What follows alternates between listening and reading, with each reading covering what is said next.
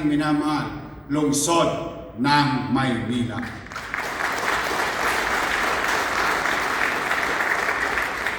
Kung may isang aral na may bibigay ang araw na ito ay a great city is not built by the government alone.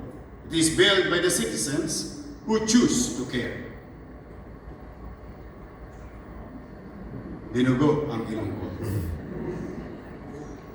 At para sa bawat batang Maynila na nangangarap ngayon, sana ay makita nila sa inyo ang inspirasyon na ang tagumpay ay hindi lamang tungkol sa sarili.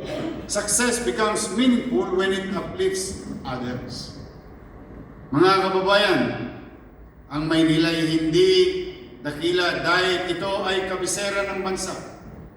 Dakila ang Maynila dahil sa mga Manilenyong araw-araw na lumalaban, nagsisikap, nagmamalasakitan, at nagmamahal sa kani-kaniyang kapwa.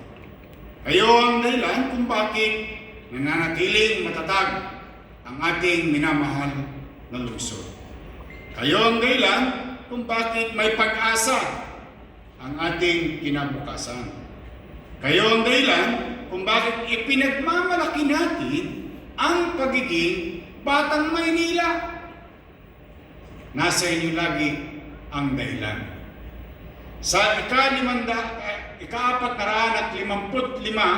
anibersaryo ng ating lungsod, muli nating ipagmalaki ang ating pinagmulan, pahalagaan ang ating kasalukuyan, at sama-sama nating buuin ang mas maunlad na kinabukasan para sa mga susunod na salinlahi nating lahat. Naway manatiling tayong matatag sa bawat hamon at patuloy na mapagtibay ng panahon habang sama-sama natin isinusulat ang susunod na kabanata ng kasaysayan ng Maynila.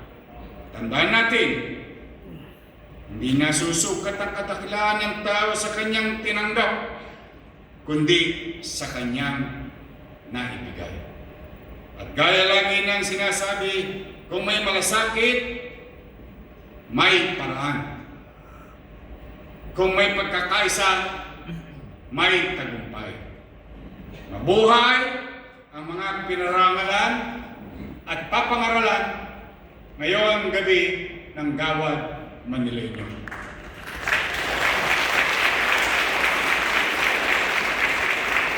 Mabuhay ang bawat Manileño, lalo na ang mga pinagkakautang